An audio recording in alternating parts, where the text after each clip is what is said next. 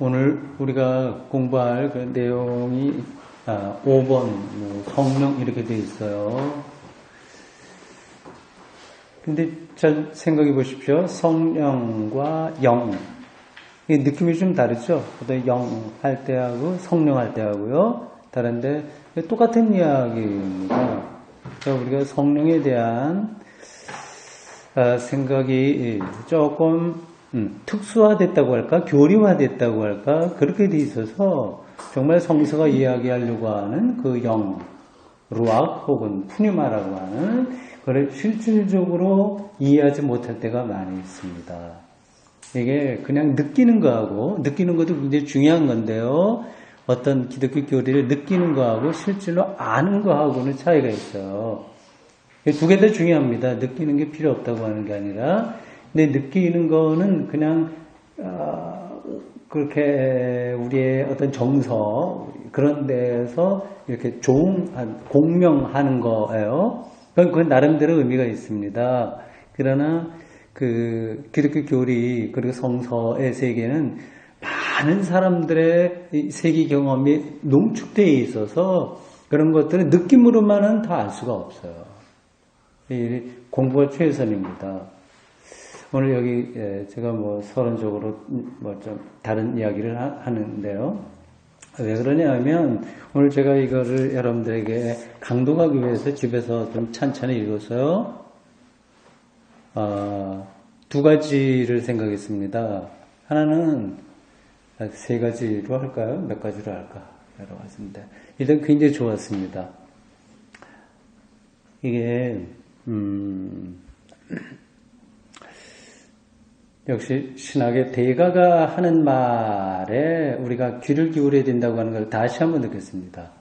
그러니까 이거는 거의 외워도 될 만한, 외워도 이런 전체를 우리가 이제 머리가 나빠서 외울 수는 없는데 이런 것들을 외울 정도로 반복해서 읽어두면 그럼 이제 여러분들이 기독교에 굉장히 가깝게 갈 수 있습니다. 특별히 이제 영에 대한 생각이 한국 기독교인들에게 상당히 왜곡되어 있거든요. 정확하게 짚어주고 있어요. 저도 저에게도 공부가 많이 됐습니다. 많이 이제 저도 나름대로 신학에서는 좀 오랫동안 공부를 했기 때문에 감을 잡고 있습니다만은 그래도 이렇게 언어를 통해서 정확하게 규정해주는 이러한 공부는 굉장히 중요한 겁니다. 그러니까 이런 책들은 이건 개론이거든요. 이게 아주 기초이지만 모든 겁니다. 그 모든 학문은 개론이 중요한 거예요. 제가 언제 한번 얘기를 했죠? 모든 것. 테니스도 그렇고, 그리고 미술도 그렇고, 음악이라든지, 의학이라든지, 국어, 역사, 이런 거 다 개론, 물리학도 그렇고요. 개론이 일단 잘 돼 있어야 되거든요. 이런 것들은 고전에 속한 개론이기 때문에 목사님들이 아마 목회에 손 놓을 때까지 계속 이거는 읽어야 돼요. 반복해서 읽어야 될 그런 책입니다.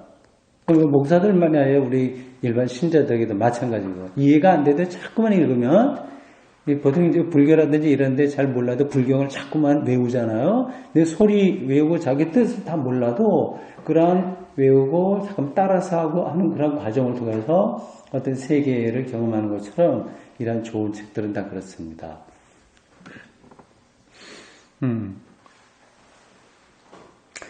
좋았고요.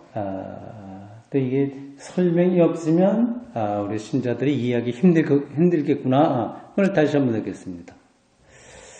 그래서 오늘 제가 여러분들에게 천천히 좀 설명을 해볼 생각입니다. 혹시 집에서 한번 읽고 오신 분 잠깐 손을 잠깐 표시해 주세요. 해보세요. 손 들어보세요.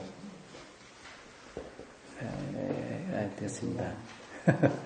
잘했습니다. 예. 어떻습니까? 이게 좋았죠? 제가 말씀드린 대로. 이해가 안 됐죠? 예, 두 가지 내가 다 얘기했잖아. 예. 뭐라고? 복습이 가능하지. 그래요? 그랬습니다. 그래도 예습을 하는 거하고 안 하는 거하고는 차이가 있습니다. 네. 그렇습니까? 네, 책을 보시죠.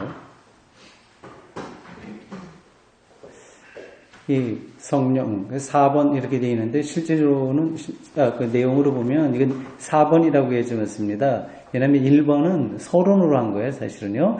2번, 3번, 4번, 2, 3, 4, 2, 3, 4, 3, 1번. 그래서 어떻게 된 거예요? 이거 혼란이 있었네. 갑자기 숫자가. 얘 맞네요. 예, 맞습니다. 제가 뭘 착각했습니다. 2, 3, 4, 5 이렇게 자리가 나가는데, 그러니까 5번째라는 말이 아니라 4번째라는 말. 내가 그걸 얘기하려고 하도 막 혼란스러웠습니다. 신학의 자리가 4개예요. 4개. 첫 번째는 머릿속에 정리가 되어 있죠? 하나님의 말씀, 로고스예요. 이건 성경을 가리키는 게 아니에요. 하나님의 로고스, 하나님의 통치, 하나님의 행위, 하나님의 구원 역사, 원초적 복음, 뭐 이런 것들을 가리켜서 하나님의 말씀이라고 하는 겁니다. 그래서 성경은 일치되는 게 아닌 거예요. 그러니까 그 하나님의 말씀, 이게 중요한 거죠. 그 신학이 거기서 시작이 되는 거예요. 여기서 다시 한번 말씀드립니다. 신학을 특별히 유별난 거라고 생각하지 말고 그건 신앙이에요. 신학하고 신앙은 같다고 생각하셔야 됩니다. 왜 그런지는 제가 이미 여러 번 얘기했기 때문에 설명하지 않겠습니다. 하나님의 말씀이 그 자리이고, 두 번째는 증인들. 그 하나님의 원초적 구원 행위를 첫 번 증언한 사람들이 있는 거예요. 그걸 증인들이라고 합니다. 그걸 갖다가 대표적으로 둘을 꼽는다면 하나는 선지자, 또 하나는 사도. 구약의 선지자, 신약의 사도. 이 사람들이 중요한 거예요. 그러니까 우리가 직접 하나님의 말씀에 가지 못해. 그 통해서 가야 됩니다. 첫 번째 증인들을 통해서 가는 거예요. 그러니까 그런 면에서 성서가 중요한 거죠. 두 번째였었고요. 세 번째는 공동체입니다. 그러니까 그 증인들이 그냥 혼자서 독불장군으로 내가 뭐 계시 받았다, 뭐 하나님의 뭘 받았다고 해서 자기 만드는 게 아니라 공동체 안에 있었던 거예요. 신학은 공동체 안에 있는 겁니다. 신앙도 공동체로 더불어서 구체적인 공동체예요. 온라인이 아니라 오프라인으로 그러니까 보기 싫은 사람이 있어도 여전히 이 모이는 사람들의 공동체 안에서 신앙이 융해되고 거기서 솟아나고 거기서 해석되고 거기서 새롭게 비전이 열리고 그렇게 된 겁니다. 그러니까 공동체가 중요한 거예요. 네 번째는 지금 여기서 하려고 하는 겁니다. 이 세 가지가 하나님의 말씀, 증인들, 공동체 이런 것들을 가능하게 한 어떤 힘이 있다. 그게 이제 신학이 거기에 의존해야 된다 얘기하는 거죠. 그 힘이 뭐예요? 그게 이제 영입니다. 근데 그거를 이제 바르트가 어떻게 설명하는지를 보시기 바랍니다. 오늘은 중간까지만 할 거예요. 아주 본격적인 거는 다음 주에 해야 될 겁니다. 그러니까 루아하고 푸니마 이 용어에 대한 설명과 뭐 등등 그런 것들은 다음 주에 하게 되고, 오늘은 그 영이 신학의 자리인 하나님의 말씀, 증인들, 공동체 여기서 어떻게 활동을 하셨고 우리가 어떻게 따라가야 되냐 하는 기본적인 이야기, 이거를 하게 될 겁니다.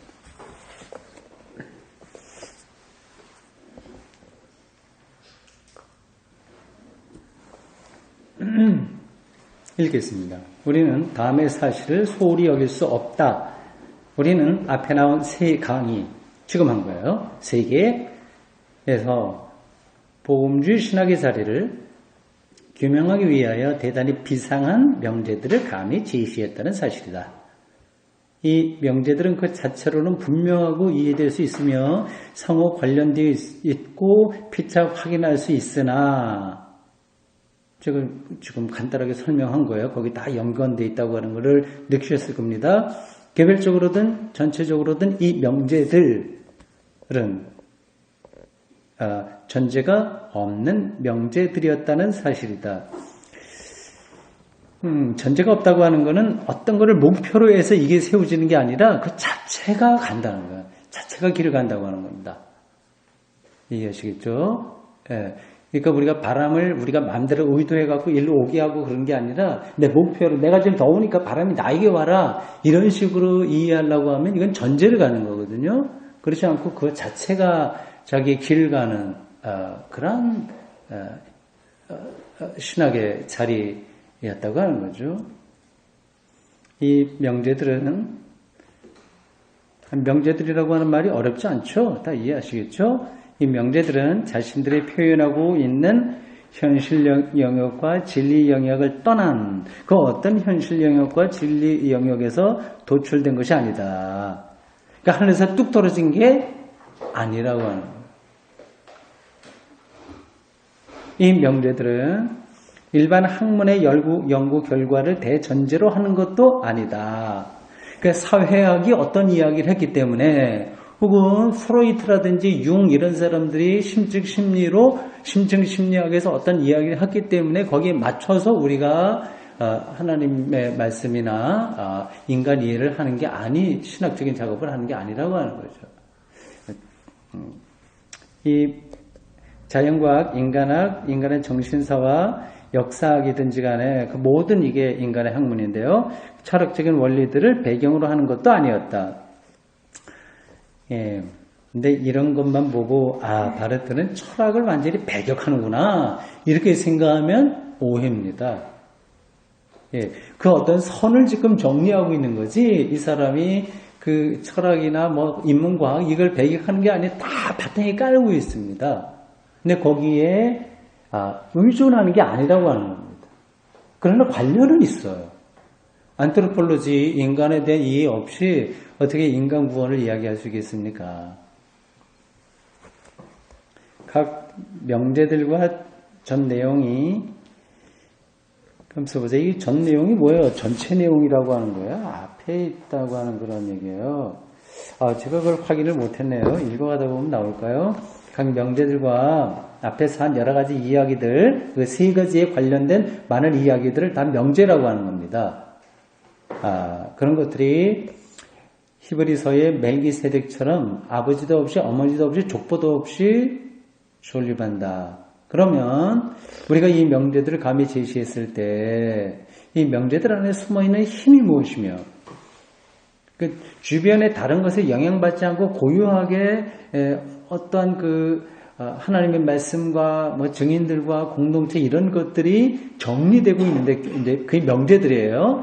근데 그 안에 숨어있는 힘이 뭐냐? 그게 도대체가 어디서 나왔냐? 다른 데 영향받지 않았는데 현실적으로 있잖아요. 근데 이걸 가능하게 한 숨어있는 힘이 무엇이며 여기 힘이라고 하는 단어를 꼭 생각해 두십시오. 힘, 능력 이게 앞으로 반복해서 나올 겁니다. 그러니까 여러분들이 성령을 이해할 때는 힘이라고 생각하시면 돼요. 파워. 이 명제들 밑에 깔려 있으면 이 명제들을 조명하는 걸 밝혀주는 거예요. 그리고 힘이 무엇인가? 여기도 힘이 나오죠? 무엇인가 생각한다. 환원하면 신학이 어떻게 이 명제들에 의해서 묘사된 자리를 취하고 고수할 수 있는가? 참 신비한 거죠. 신학이 어떻게 주변에 그렇게 전체적으로 영향을 받지 않으면서도 지금 2000년 동안 얼마나 많은 하나님의 말씀과 그 증인들의 이야기와 그리고 공동체라고 하는 자리에서 그 작업을 해왔냐. 이게 도대체 어떻게 가능했나? 그런 질문입니다. 그래서 바깥에서 볼 때는 이 바깥은 어디죠? 교회 밖에, 신학 밖에, 외부에서 볼 때는 이 신학의 자리가 공중에 떠서 왔다 갔다 하는 것처럼 보일 수도 있지만 정말 고수했다 어떤 자리를. 근데 그게 여러분들이 교리사라든지 뭐 신학사 이런 거를 읽어보게 되면 정말 얼마나 많은 논쟁들의 과정을 통해서 기독교의 진리가 형성됐는지를 알고 아마 놀라실 겁니다. 근데 일반 신자들이 알고 있는 기독교는 어떻게 보면 수박 겉핥기식이에요. 겉으로 드러나서 이미 주어진 것 그런 거를 조금 알고 있는 거지 그 안에 많은 것들이 숨어 있어요. 이게 어떻게 가능했냐? 겉으로 바깥에서 볼 때는 좀 공중에 뜬 것 같지만 공중에 떴다고 하는 이야기를 여러분들 이렇게 생각하시면 돼요. 그러니까 지난주에 설교한 것도 연관되는데요. 하나님의 도우심이 어떤 큰 뭐 돈이 생기는 거라든지 군사력이라든지 뭐 초능력이 생기는 것이 아니라 뭐라 그랬죠? 하나님이 우리를 의롭다고 인정하는 거. 이거라고 이제 이사야가 얘기한 거를 이제 쭉 같이 설명하지 않았습니까? 다 까먹었죠? 근데 그런 것들이 바깥에서 보면은 공중에 뜬 근거 없는 이야기처럼 들릴 수 있다고 하는 거죠. 근데 그게 진리가 되게 하는 어떤 힘이 뭐냐 하는 거예요. 다음. 우리 입장을 좀 더 분명하게 하기 위해서 간단히 지난 강의들을 요약하자. 예, 요약한 것만 알면 지난 몇 달 동안 공부한 거 뭐 다 이거 안에 들어가 있으니까 안심하셔야 됩니다. 간단하게 요약해 두었어요. 우리는 두 번째 강의인 말씀에서 다음과 같은 명제를 다뤘다. 즉 이스라엘의 역사에서 시작되어 예수 그리스도의 역사에서 목표에 도달한 임마누엘의 역사는 여기까지가 주어예요. 주부죠. 주부. 이게 하나의 문장이 되는 주부. 그 이스라엘의 역사에서부터 시작해서 예수 그리스도의 역사라는 말이 들어갔어요. 기억해 두시고요. 목표에 도달한 임마누엘의 역사. 임마누엘이라고 하는 것은 하나님이 우리와 함께 계시다고 하는 건데 이런 것들이 신앙적인 용어이긴 한데 여기도 깊은 신학적인 의미가 있는 거예요. 그러니까 하나님이 우리와 함께 계시다고 하는 그런 역사는 그 자체로서 모든 시간과 모든 공간을 초월하여 모든 인간에게 주어진 하나님의 말씀이었다는 사실이다. 여기서 이 하나님의 말씀은 단순히 성서가 아니에요. 다시 내가 강조하는 겁니다. 이 얼마나 훌륭한 역사요 말씀이었는가. 도대체 이제 말하는 게 이거예요. 어떤 힘이 이 역사와 이 계시를 그렇게 멋지게 만들었나. 이스라엘 역사에서 시작돼서 예수 그리스도 역사에서 목표에 도달한 임마누엘의 역사. 멋진 표현이죠. 요거 그냥 외워두면 참 좋습니다. 여러분들 기도할 때도 뭐 일부러 멋진 용어를 쓸 필요는 없지만 이렇게 압축적인 그런 용어를 통해서 그 기도의 내용을 더 풍부하게 할 수 있는 거예요.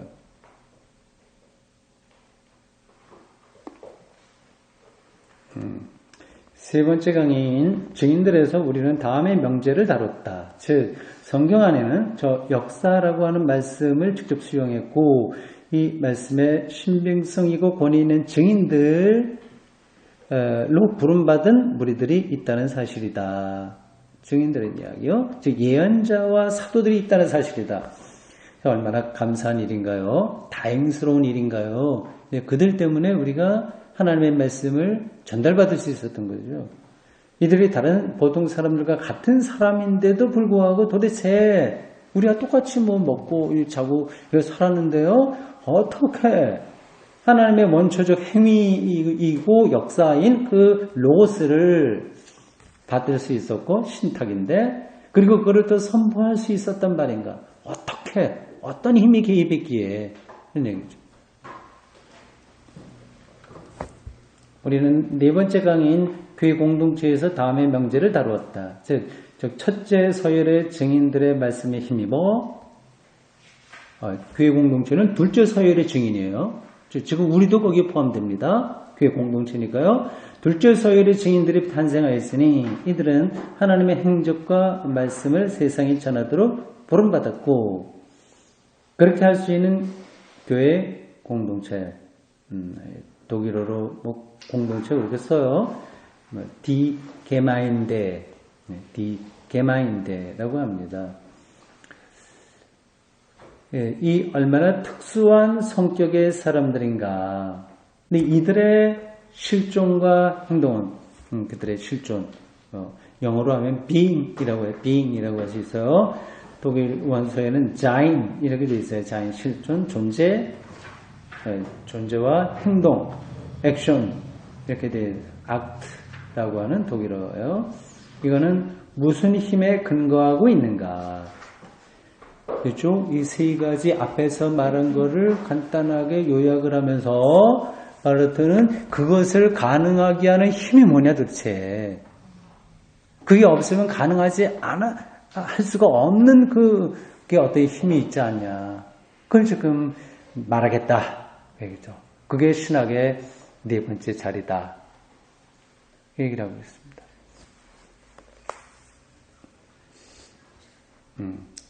답은 여러분들이 이미 아십니다. 성령이에요. 이상의 영재들은 오직 복음주의 신학의 자리를 묘사하는 것으로서 모두가 순수한 신학적 내용을 나타내는 것이 확실하고 오직 신학적으로만 보장되어 있으며 오직 신학적인 뜻을 품고 있고 오직 신학적으로만 이해될 수 있다. 이게 가장 많이 반복되는 단어가 뭐예요? 예? 신학. 예, 오직도 그런데 중요한 건 신학이에요. 예. 그러니까 이런 명제들이 이제 개신교 신학의 특징들, 자리를 이야기하고 있는 건데 이런 것들은 그냥 믿어서 되는 건 아닌 거예요. 믿는 거야. 뭐 돌 항아리 갖다 놓고도 사람이 믿을 수 있으니까 믿음 자체가 그렇게 결정적인 건 아닙니다. 참고적으로 한 말씀 드리고 지나가야 되겠네요. 그 믿음 이야기가 나왔으니까 그렇습니다. 우리의 믿음이 믿음이 물론 중요하긴 하죠. 그러나 그게 어느 차원에서 볼 때 그게 결정적인 거지 늘 그런 건 아닙니다. 그러니까 차원이 달라지게 되면 그건 또 다른 문제인 거예요.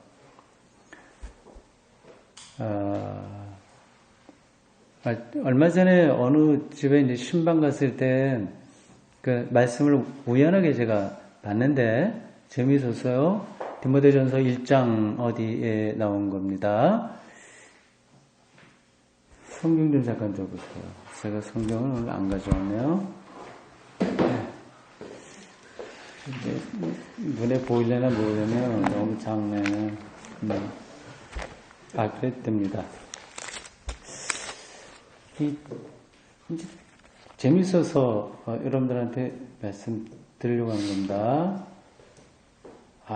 이게 내 성경하고 이 전체 편집이 다르게 돼 있어서 또 딱 눈에 안 들어오네.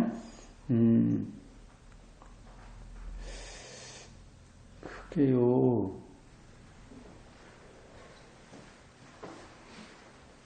찾았습니다. 디모데전서 1장 14절 메모해놨다가 나중에도 보십시오. 바울이 이렇게 얘기합니다. 디모데 자기 믿음의 제자에게 하는 얘기죠. 우리 주의 은혜가 그리스도 예수 안에 있는 믿음과 사랑과 함께 넘치도록 풍성하였도다.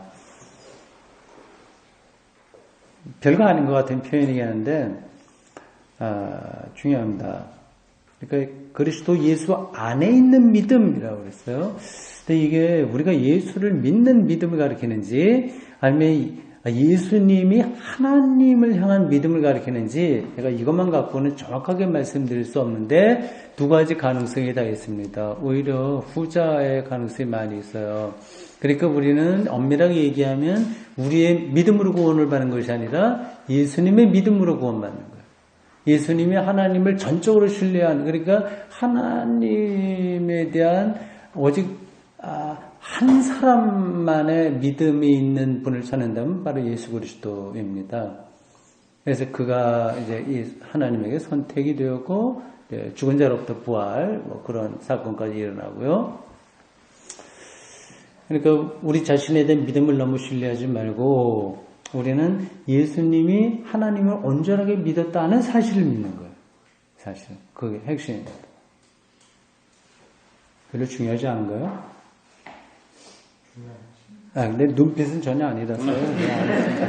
일단 이거 접어놓고.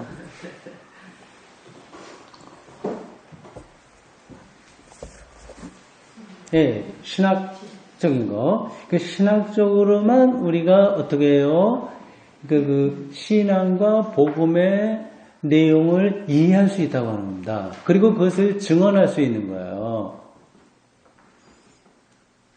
신학적으로만 그게 가능하다. 근데 또 오해하지 마십시오. 그래서 전문적인 신학자가 돼야 기독교 신앙을 우리가 알 수 있냐, 그런 뜻은 아닌 거예요. 신학적인 거를 잘 이해하면 되죠. 그건 전문가들이 해야 되는 거니까. 어쨌든 우리가 믿는다 믿습니다 해갖고 그래서 교회도 열심히 하고 다 필요한 거지만은 그걸로 기독교 신앙 안으로 들어갈 수는 없습니다. 상당히 많은 층들이 있고 우여곡절들이 있고 서로 역학적으로 역동적으로 연결되어 있고 하는 그 미세한 그 하나님의 활동을 우리가 이해할 수 있는 것은 신학적으로만 가능한 겁니다. 그러면 도대체 신학이란 무엇인가? 신학의 자리에 관하여 지금까지 논한 명제들에 의해서 옆에서 말한 세 가지, 즉 이것도 역시 신학적으로 정리될 수 있다. 신학이란 낱말 뜻은 하나님에 대한 로고스예요. 신학, 띠오스, 로고스예요. 그러니까 띠오스라고 하는 말과 로고스라고 하는 말 자체가 신학적이니까 그거는 신학은 신학적으로만 정의될 수 있는 거죠. 신학이란 하나님의 행동 안에서 말씀된 하나님의 말씀을 인식하는 학문이요. 이것도 외워야 될 문장이네요. 신학이란 하나님의 행동 안에서 말씀된 하나님의 말씀을 인식하는 학문이요. 저 하나님의 말씀을 증언하는 성경의 학교에서 배우는 학문이요. 여기서도 이 세 가지가 반복되는 거예요. 세 가지. 저 하나님의 말씀을 통하여 부름받은 교회 공동체에게 부과된 진리 물음을 계속 탐구하는 학문이다. 그러니까 앞에서도 얘기했지만 바르트가 말했듯이 모든 신자들은 신학자여야만 됩니다. 왜냐하면 그 공동체에게 부과된 진리 차원에서의 물음을 계속하려면 이건 그냥 예배만 그냥 드리는 것으로 되는 건 아니죠. 오직 이런 식으로 신학은 신적인 로고스에 대한 인간적인 논리다.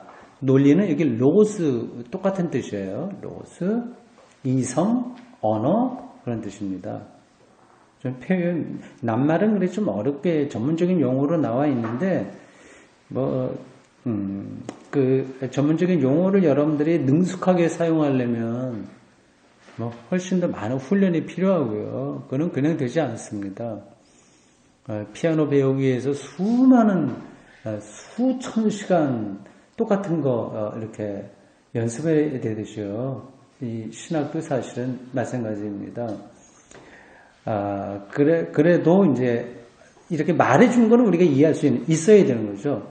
그러니까 어떤 사람이 미술 그리는 전문가가 우리가 피카소처럼 못 그리, 하여튼 전문적인 미술가처럼 못 그리지만 거기에 대한 안목이 있으면 그려놓은 거를 우리가 감상할 수 있는 거거든요. 신학자가 된다고 하는 것은 신학적으로 해명해 놓은 것을 이해할 수 있는 준비, 그런 자세, 이걸 가르칩니다. 이 신학은 말씀 외에 아무런 전제도 갖지 않는다. 앞에도 전제라고 하는 말이 한번 나왔어요. 뒤로도 또 나와요. 이건 이제 왜 이 사람이 이런 얘기를 하냐면 그 당시에 이제 자유주의 신학의 배경을 두고 하는 이야기입니다. 그러니까 이 19세기의 많은 신학들이 어떤 전제가 있어요. 전제를 갖고 해요. 예를 들자면 슐라이러마커 이런 사람들은 종교는 절대 의존의 감정이다. 이런 전제들이요. 리츠 같은 윤리학자, 기독교 윤리학자는 결국 신학 그리고 교회는 그 윤리의 차원에서 정체성이 있다, 뭐 그런 걸 전제하거든요. 근데 그들이 왜 그런 얘기를 하냐면 최근 현대 신학의 역사 혹은 교리의 역사를 지금 제가 자세하게 설명하지는 않겠어요. 그냥 간단하게 그런 분위기라고 하는 걸 말씀드리려고 하는 겁니다. 그러니까 19세기의 자유주의 신학자들, 그러니까 자유주의라고 하는 건 뭐냐면 인간의 가능성을 중요하게 생각하는 거예요. 그러니까 너 하면 돼. 계몽주의의 영향을 받은 게 자유주의 신학이라고 할 수 있습니다. 계몽주의. 계몽주의는 인간에 대한 낙관론이 바탕에 있는 거예요. 그러니까 너 하면 돼. 그 몰라서 문제이지. 교육받고 잘 그러면은 사람이 똑똑해질 수 있고 세계가 아름다워지고 유토피아니즘의 일종의 그러니까 이 세계가 정말 멋지게 되고 환상적인 나라가 돼요. 그런 것들이 계몽주의 이후로 유럽을 지배하던 사상이었어요.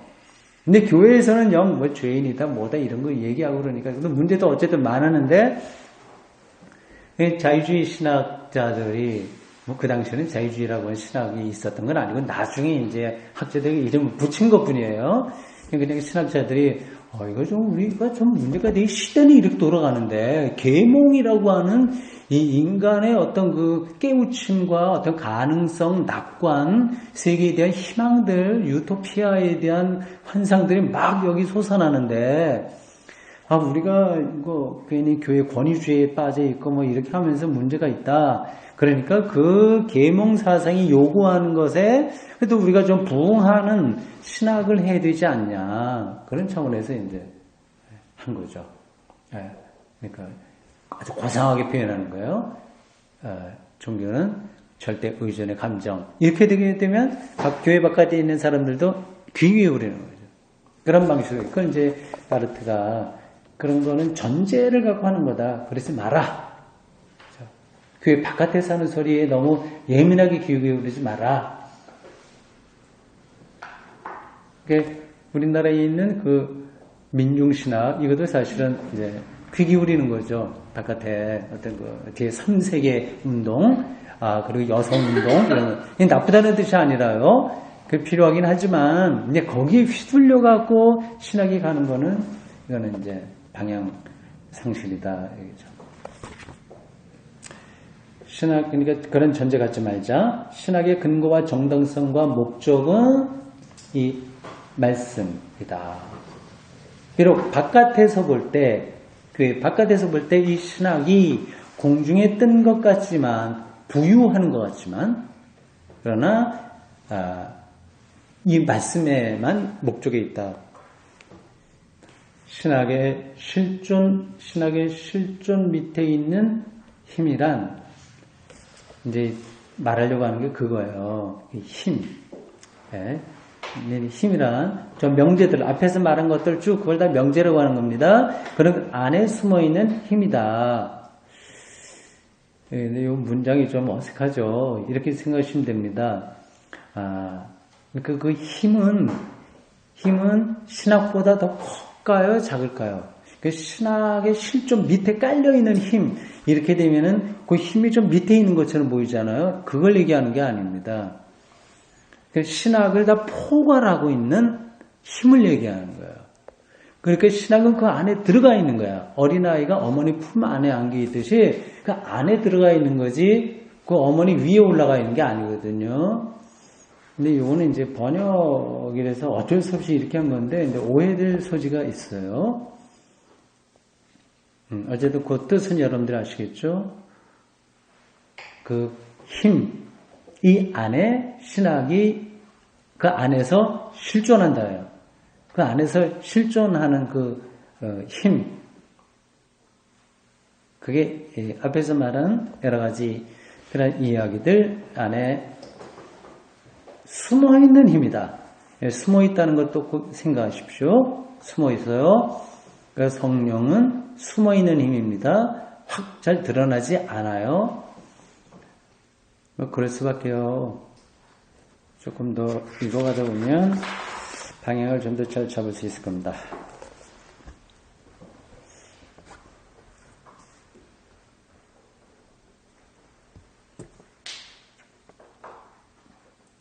신학의 사례에 대한 우리의 이러한 신학적 명제들을 위해서 우리는 다른 힘, 또다시 힘이 나오죠.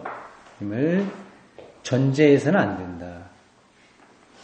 우리가 그렇게 한다면 모든 것이 거짓된 것으로 나타날 것이다.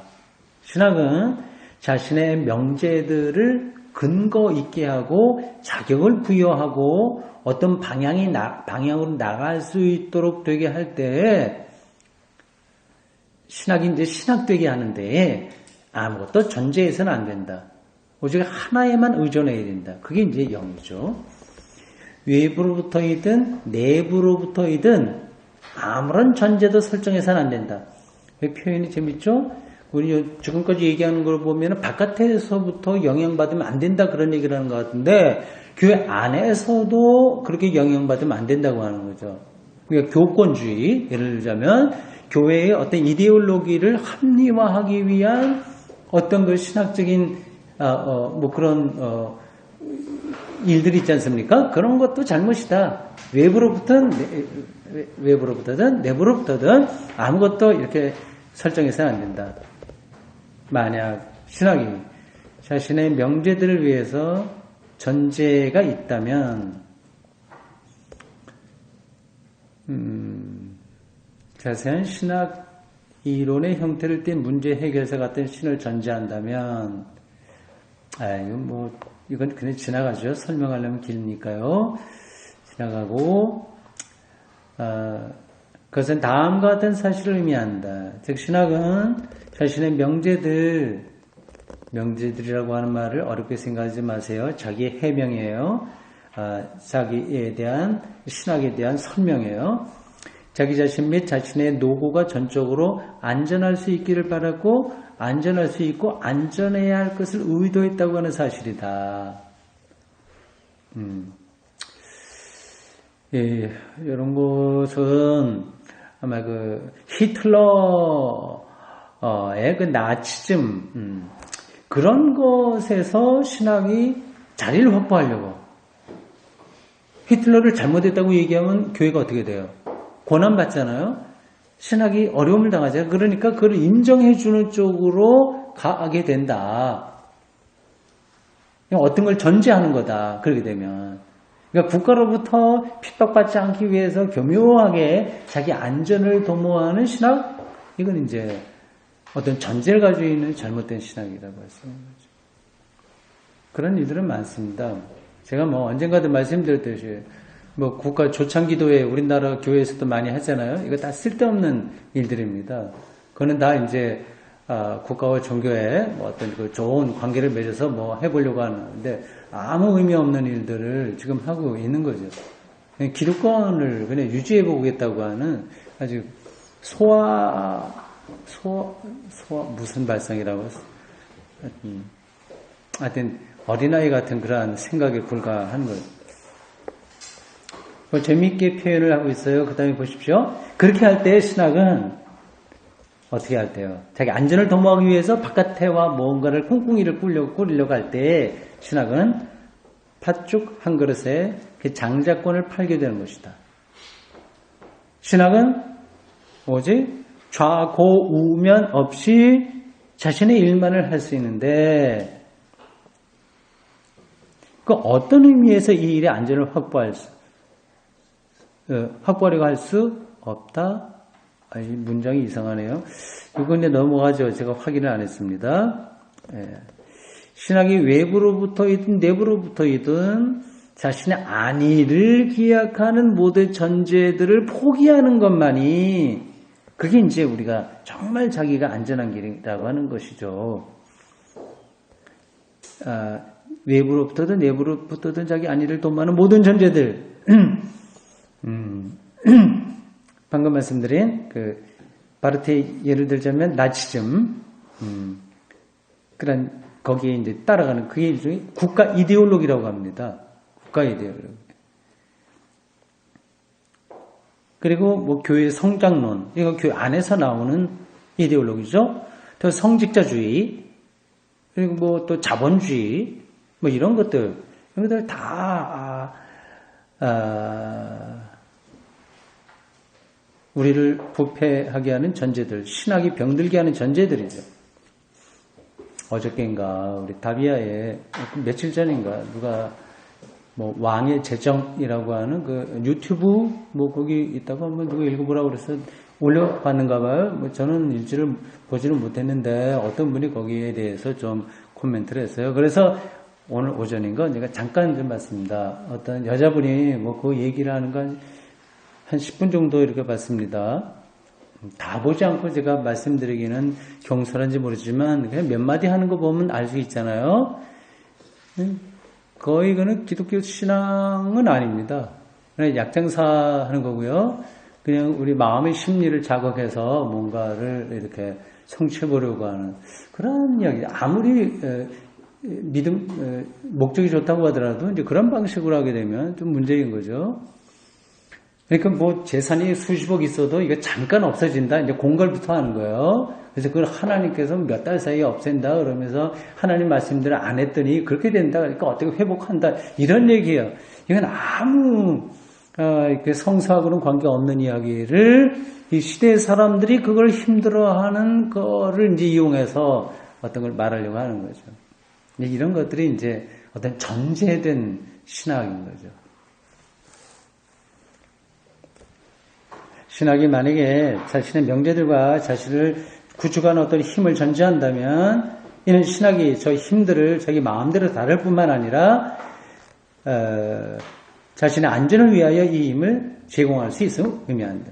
그러니까 성령을 이용하는 거야. 이용. 이게 참 거기에 의존하는 거하고 이용하는 거. 이걸 잘 구분해야 됩니다. 이게 쉽지는 않을 거예요. 우리 이용하려고 하는 마음이 강하기 때문에. 신학이 마음대로 조종할 수 있는 힘이란 이 신학과 이 신학의 명제들을 떠받칠 수 있다 없다? 없는 힘이다. 이걸 병들게 하는 거니까요. 신학이 모든 것을 마음대로 할 수 있는 전제들을 가진다면 기복주의 이런 것들을 신학적으로 정당화하는 거. 그래서 뭐 심지어는 뭐 이렇게 뭐 저주가 가계로 내려온다는 뭐 가계 저주론? 이런 것까지 얘기하고 뭐 신학 말도 안 되는 소리 하고 있지 않습니까? 근데 그런 건 이제 신학을 떠받칠 수 없는 거죠. 신학이 모든 것을 마음대로 할 수 있는 전제들을 가진다면 그것이 추구하는 바, 사실상 신학은 추구하고 있는 바를 필요로 하지만 추구하고 있는 바는 그걸 피해버리고 말 것이다. 정말 중요한 영은 피해간다, 우리를. 병들게 되는 거죠. 그러니까 거룩한 영과 악령은 종이한 정차예요. 나타나는 것은 비슷합니다. 혹해요. 뭔가 매력적이에요. 그러나 그것은 어떤 게 병들게 하는 거 있죠. 따라서 우리는 저 명제들 속에 감춰져 있으며 이래서 문제인 거예요. 그래서 감춰져 있어. 은폐성. 예, 성령의 은폐성 감춰져 있으며 주변 세계와 교회 공동체 그리고 공동체를 섬기는 신학 속에도 감춰져 있는 그러니까 교회 안에도 여전히 감춰져 있는 거예요.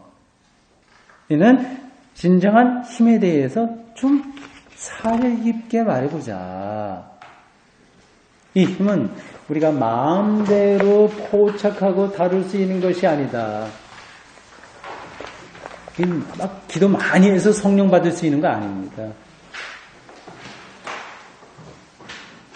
이 힘은 신학의 명제들이 말하고 있는 내용 속에 있으며 멋진 표현이죠. 신학의 명제들이 말하고 있는 내용 속에 있으며 구원의 역사와 계시의 역사 속에 있으며 성경적 증인들의 들음과 말함, 회된, 레된 들음과 말함에는 물론 이 증인들에 의해서 생겨난 교회 공동체 앞에서 나온 똑같은 단어 자인, 존재와 액트, 행동 안에도 있다. 그것도 딱 머릿속에 넣어두면 좋습니다. 교회 공동체의 존재와 행동. 그 존재는 그 교회의 교회담으로 있음이에요. 그거는 억지로 꾸밀 수가 없는 거예요. 그거는 보이지 않는 거예요. 이거는 하나님과 영에 의해서만 규정될 수 있는 그 차원이고요. 행동은 드러나는 거죠. 실수도 있지만 드러나는 그런 보다 행동 안에도 있다. 이와 같은 사실의 진리라고 한다면 이 힘이라고 하는 단어 반복되죠. 여러분 성령하면 일단 힘이라고 생각하시면 됩니다. 힘은 이거 보이지 않는 힘이에요. 이 힘은 신학적인 노고에 임재하여 역사하고 신학자들의 일에 성령이 임재하시고 역사하시는 거예요. 그 글쓰기에 또 그러한 모든 학문적인 노력에 역사하시고 이 신학을 능가하는 힘으로 작용한다. 이 힘은 임마누엘의 역사로부터 시작해서 이스라엘 역사로부터 예수에게 의해서 완성된 그것이 임마누엘의 역사예요. 그부터 시작해서 짧은 이야기들, 짧은 이야기라고 하는 건 그냥 신학적으로 표현되는 그러한 이야기들. 그러니까 임마누엘의 역사가 짧은 이야기는 뭐 똑같은 게 아니니까요. 차원이 다른 거니까요. 그러나 거기 같이 연결되어 있습니다. 이렇게까지 모두를 지탱하고 있으며 움직이고 있는 바 신학은 결국 이것을 이야기함으로써 어떤 걸 이야기해요? 임마누엘의 역사로부터 시작해서 짧은 이야기까지 이르는 모든 것을 지탱하고 움직이고 있는 바로 그것, 그 힘, 그 능력을 이야기함으로써 결국 자신의 실존을 영위하며 활동하는 것이다. 예, 그걸 이야기함으로써만 기독교인 혹은 교회가 그렇게 실존할 수 있는 거예요. 기독교인이 될 수 있는 것이고 교회가 될 수 있는 거죠. 다른 건 중요하지 않습니다.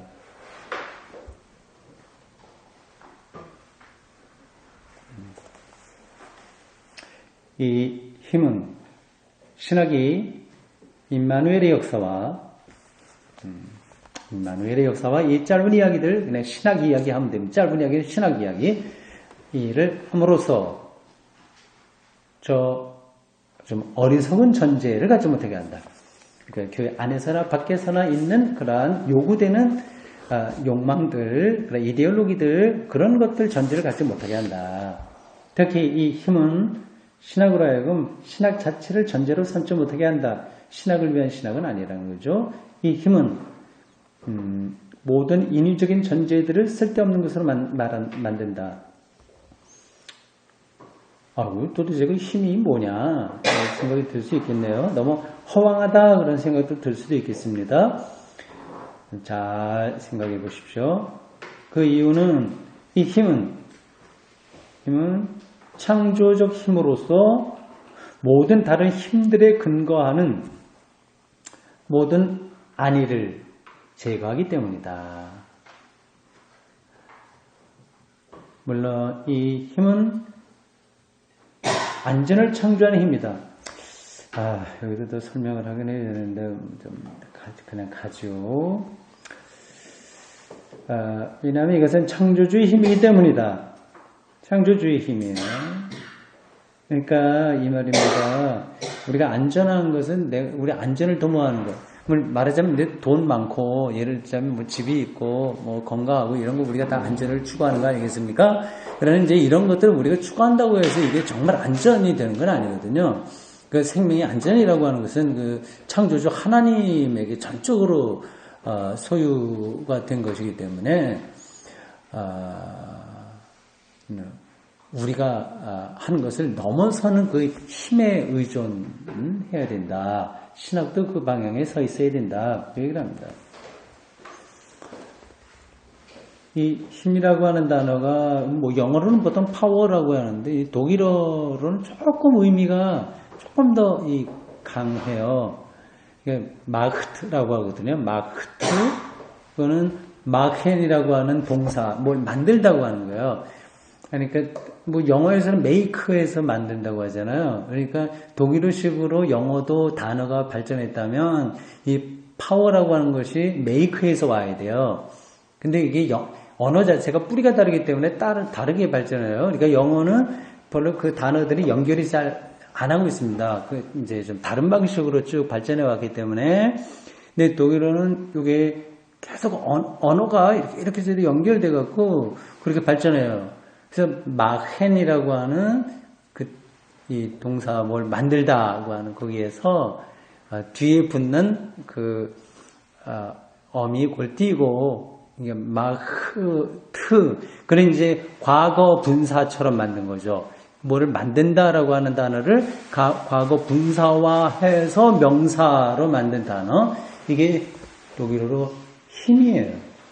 그러니까 이런 어원적으로 보면 그 힘이라고 하는 것은 창조의 능력인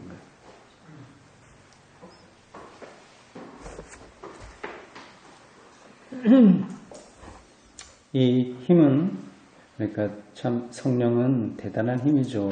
이 힘은 그렇게 영향력이 커서 아무리 위대한 신학자라도 마음대로 처리할 수 없다.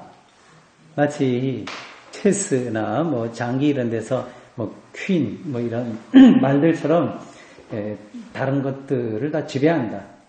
결국 신학은 이 힘의 근원, 효력과 영향력 및 그것의 한계를 중요시해야 된다. 신학자는 이 힘을 마음대로 다룰 수 없다. 이 힘은 신학자가 필요와 마음에 따라서 파악하기도 하고 파악하지 않기도 하며 그렇게 저렇게 취급할 수 있는 대상도 기다 아니다? 아니다.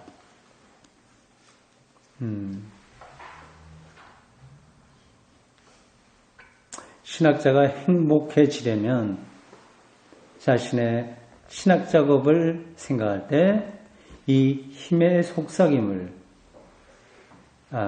들어야 하며 자신의 명제들이 이 힘에 의해서 결정되고 규제되며 통제받게 되어야 된다. 우리 평신도가 다 신학자라고 했으니까요. 우리 신앙은 그래야 되는 겁니다. 근데 여전히 그래도 좀 막연하죠. 그게 그럴듯하긴 한데 실제로 이 힘에 통제받는다고 하는 것이 무엇일까? 이게 잘 안 될 겁니다. 저도 조금 나을지는 모르지만 자신 있게 그렇게 말하기는 힘든데요. 어쨌든 방향은 그렇습니다. 신학자는 이 힘이 어디에서 불어와서 어디로 가는지 알 수 없다. 신학자는 이 힘의 역사를 뒤따라가야 된다. 결국 앞서가서는 안 된다. 신학자는 자기의 사고와 언어가 이 힘에 의해서 통제되게 해야 된다. 그래서 순서가 바뀌면 안 된다. 참 쉽지 않죠. 목사의 설교도 성령을 막 자기가 처리할 수 있는 것을 하는 경우가 얼마나 많이 있습니까? 제가 이제 이런 책들을 젊었을 때부터 많이 읽었기 때문에 설교할 때 자신 있게 여러분들 이거 하십시오, 저거 하십시오 이런 말을 하기가 이게 필요에 따라서는 해야 되겠지만 이게 조심스러운 거예요. 그 신자들의 삶에 영향을 절대적으로 미치는 분은 내가 아니라 성령인데 그들 어떤 지침을 갖다가 내려준다고 하는 건 말이 안 되지 않습니까? 그러면 어떻게 하란 말이냐? 이건 이제 또 다른 문제예요. 성령에 앞서는 게 아니라 뒤따른다. 잘 생각하시기 바랍니다.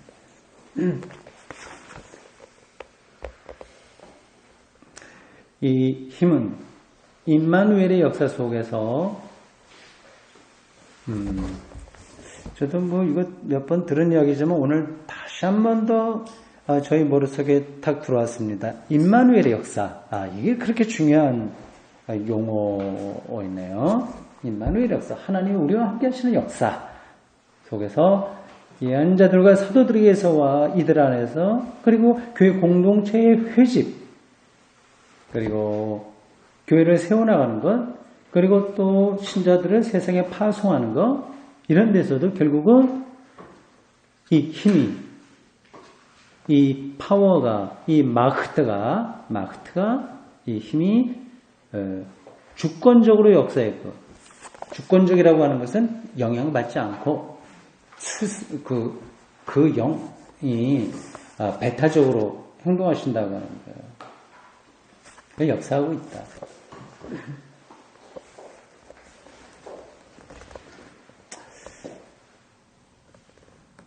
멋진 표현들이죠. 여러분들이 나중에 집에 가서 이 강의한 거 좀 기억하시면서 책을 읽어보시기 바랍니다. 이 힘은 거의 69쪽까지만 하겠어요. 우리가 매 주마다 5쪽씩 합니다. 그러니까 2장 반. 그렇게 하면은 이게 한 챕터를 2주에 나눠서 할 수 있어요. 이 힘은 우리들이 지난 3강의에서 감행했던 바 모든 것을 묘사하고 해명하는 신학적인 명제들 속에 있는 주권적 힘이다. 배타적 힘이다. 고유한 힘이다. 그 힘이라고 하는 단어를 두고 앞에 어떤 형용사를 붙일 수 있을까요? 재밌게 퀴즈 이렇게 하여튼 놀이처럼도 할 수 있어요. 예? 주권적, 배타적, 고유한 힘이다. 또 뭐예요? 성령의 힘, 미안합니다. 창조 앞에 나왔으니까 창조의 힘이다. 또 뭐예요? 많이 여러분들이 그런 거를 붙일 수 있어요. 그래서 자유롭게 그거를 할 수 있어야 이제 실제로 신학의 세계에 들어가서 활동하는 겁니다. 그게 신학자가 되는 거예요.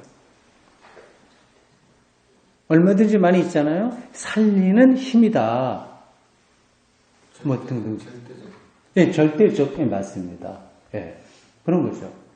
그러니까 그게 딱 정해져 있어서 여기서부터 여기까지만 될 수 있는 게 아니라 그거는 우리의 어떤 신학적인 어떤 그런 것들이 풍부해지면 풍부해질수록 또 많은 것들을 거기에 해서 그 단어의 세계를 더 이렇게 폭발적으로 늘릴 수 있어요. 근데 그걸 잘못하면 사입이 이단으로 빠지는 거고, 잘해야죠. 잘하려면 어떻게 해야 돼요? 예? 잘하려면 어떻게 해야 돼요? 맞습니다. 예. 그 모든 작업들이 신학에 의해서 되었기 때문에 그 역사가 다 신학이거든요.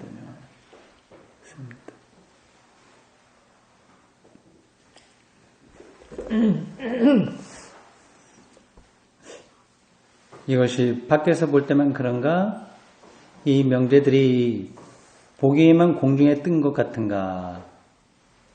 이 주권적 힘의 이름을 지금 불러야 하는 것이 중요하다면 우리는 좀 더 생각해야 된다.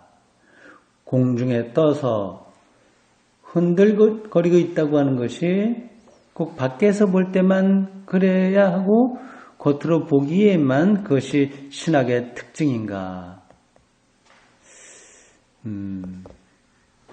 신학은 나쁜 것에서 해방되어야 하나? 자유롭게 소통되고 있는 공기란 탁하고 불쾌한 사무실의 공기와는 달리 환풍되는 공기요, 신선하고 건강한 공기인 것을 의미한다. 이 자유롭게 소통된 공기 속에서 흔들거림은 이 통풍된 공기에 의하여 움직여졌고 지탱되며 내 몰림을 받는다고 하는 것을 뜻한다. 여기에는 그 어떤 안일도 방해할 수 없다.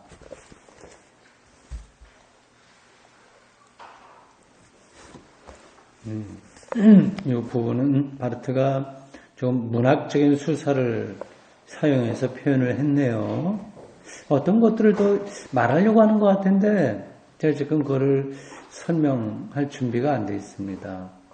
여기서 공중에서 흔들거린다고 하는 것이 또 새로운 공기가 들어와서 방 안에 있는 탁한 공기가 이제 깨끗해지는 그 과정을 가리키는 건지 아니면 성령에 전적으로 의존하고 있는 교회에도 그런 신학의 운동에도 역시 옥신각신 이러한 다툼이 많이 있다고 하는 이야기인지 제가 정확하게 말씀드리기 힘드네요.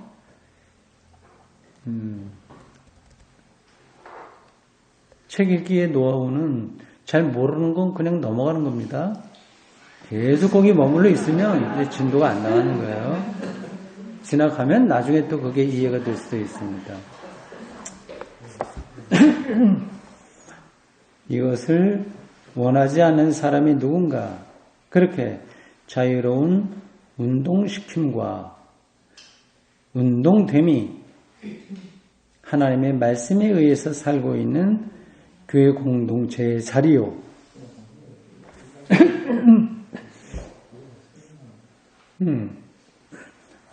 유현진 집사님, 뭐 어떤 좀 설명할 거 말씀해 주세요. 지금 뭐라고 했잖아요. 크게. 넘어가야 돼요.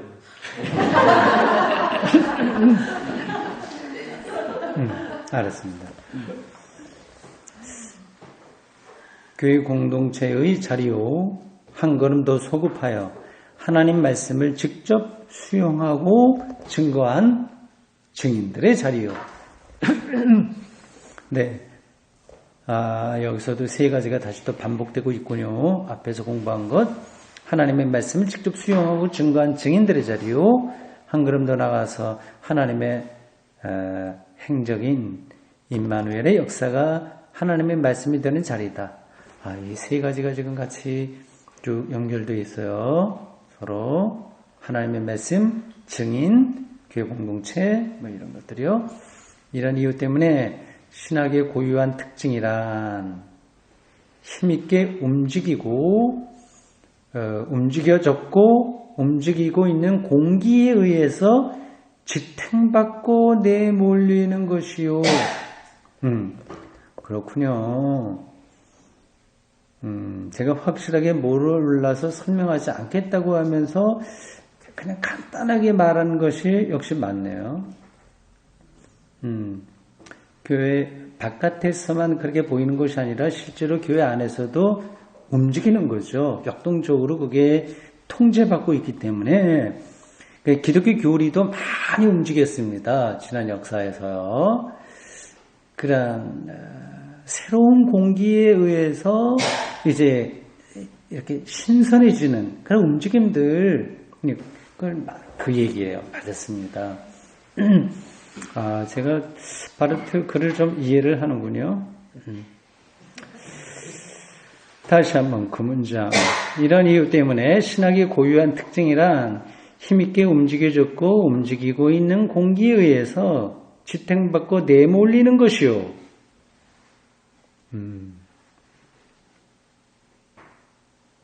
결국 결정적으로 이 공기를 자신의 근원인 자리로 알고 이미 아시는 분들은 알겠죠. 이 공기가 성서 언어로는 똑같은 단어라고 공기와 영 이건 똑같은 단어예요. 그걸 제가 암시하고 있습니다. 이 공기 속에서 실존하는 것이다. 이 번역을 공기로 했어야 되는지 아닌지는 제가 지금 더 정확하게 말하기 힘드네요. 어쨌든 그게 똑같다고 하는 것은 이해하십시오. 모든 것은 자유롭게 움직여졌고 움직이는 공기의 영역 속에서 일어난다. 그거를 볼 수 있는 사람이 이제 성령의 사람인 겁니다. 거기에 자기를 의존할 수 있는 사람이. 이것이 산들바람이든 아주 시원하게 해주는 폭풍이든 폭풍에는 우리가 거꾸러지잖아요. 우리의 삶이 거꾸러지든 아니면 좀 기분이 좋든 우리에게 불어오든지 우리 안으로 불어들든지 간에 성경에 의하면 이것은 하나님의 효과적인 힘으로써 아주 그 역동적인 힘이라는 뜻이에요. 힘으로써 하나님 자신을 인간에게 개방시키며 인간으로 하여금 하나님을 향하여 개방케 할 뿐만 아니라 인간으로 하여금 하나님을 위하여 자유하게 한다.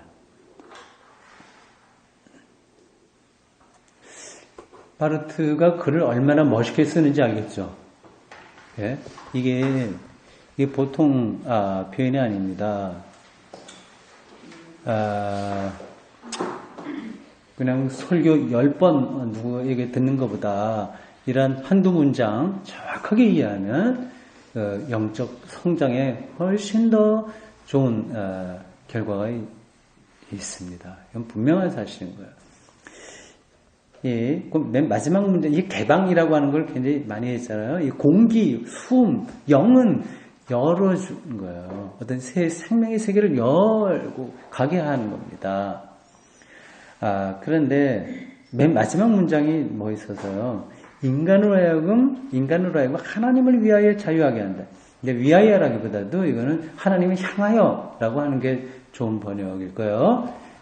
전치사를 뭐를 쓰는지 제가 확인해 보지 못했지만 그런 뜻일 겁니다. 인간으로 하여금 자유하게 한다. 그러니까 하나님은 우리를 어떤 틀에 가두는 것이 아니라 생명의 자유 쪽으로 끌어가는 주권적, 창조적, 절대적, 고유한 종말적인 힘인 거죠. 그 힘이 정말 자기하고 일치되기를 바라시죠? 예. 그렇다면 우리가 얼마나 그렇게 된다면 우리가 얼마나 역동적으로 우리가 변하게 될지. 근데 그런 것들이 성서에 막 그런 경험들이 나와 있습니다.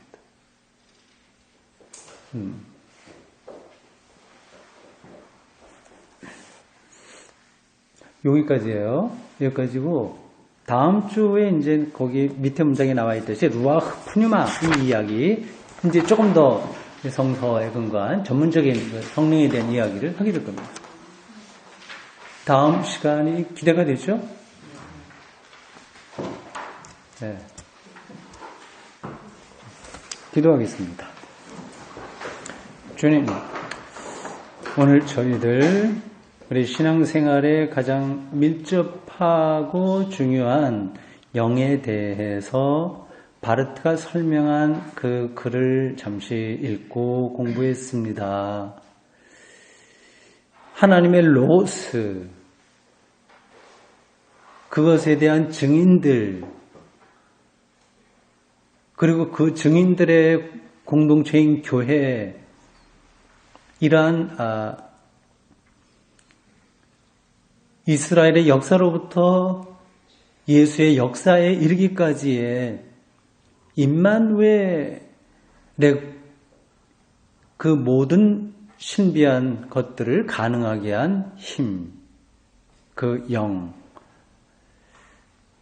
그쪽을 향해서 우리가 좀 더 우리의 마음, 생각, 결단, 이성 모든 것들을 열고 잘 배우고 숙지하고 경험하도록 이번 기회를 통해서 우리들에게 큰 은총을 베풀어 주십시오. 큰 사고를 만난 그 여객선을 타고 갔던 그 연루된 말로 표현하기 힘든 그 불행한 사건에 관계된 모든 이들에게 주님의 도우심 있기를 바랍니다. 예수 그리스도의 이름으로 기도합니다. 아멘. 네, 마치겠습니다.